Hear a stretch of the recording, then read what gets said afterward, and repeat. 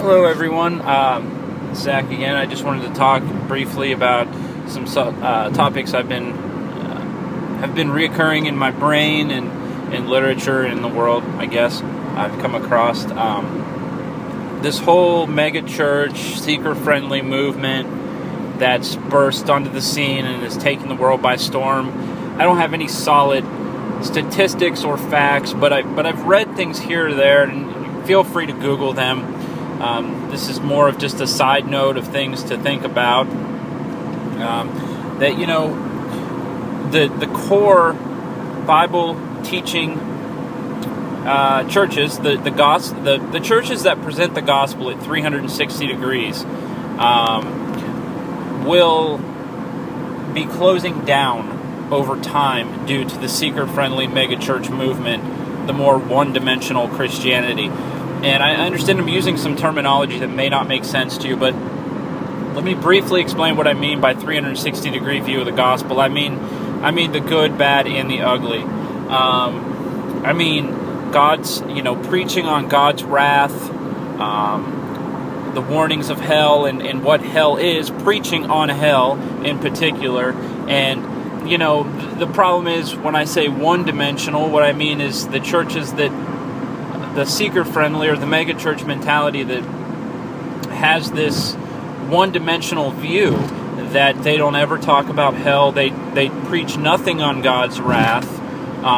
They may say that God will punish you, and they'll say this, but they won't go into detail on God's full wrath, and they will not give you the full three-dimensional view of the hell that we deserve and the hell that we've been saved from. So the churches that do this, that really, really create hearers and doers of the word, will slowly decline due to the sudden booming growth of a megachurch movement. Which brings me into my next point. There's two things. Churches today are either creating disciples, they're creating hearers and doers of the word at 360 degrees, or they're creating numbers, or what I call bits, B-I-T-S, butts in the seat. They're creating numbers.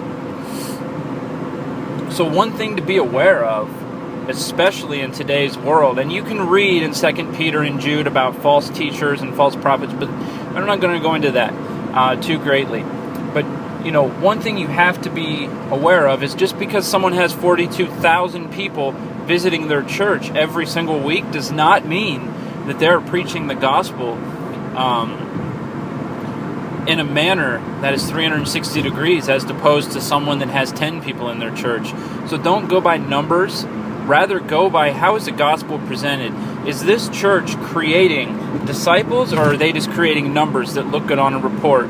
Is this church a temple for holy worship of God, the sole creator of all things, or is this church a small business, no different than the hardware store down the street trying to make a paycheck? These kinds of things do happen, and they may not be as cut and dry as what I'm making it sound, because like I said, there is a gray area in between. But really differentiating these types of churches, are you creating disciples, someone who knows the good, bad, and the ugly, or are you just telling people what they want to hear for numbers? And it'll take some practice and a lot of listening to sermons and a lot of missional statements and doctrine statements to understand fully what I'm saying. But I truly believe that doing this little study will save your benefit for Christ, and what you are capable of doing, and what God is capable of doing through you. Now, I myself have been in a funk lately, just trying to balance out and trying to weigh out what the heck is going on in the church world today. And like I said, you can read in 2 Peter and Jude about these false prophets, and there's so much gray area, and it can really weigh on you. So the number one way to get through it is prayer and full dependence on God. But, it goes much, much deeper than just praying a prayer to be saved and baptized because you heard a sermon that motivates you to do so. There's so much more to this, to Christianity. There's so much more to God than just being saved and being baptized in this moment, if you don't fully understand what you're doing, I'm not saying that to be saved isn't important. It is. It's the single most thing that will keep you from hell.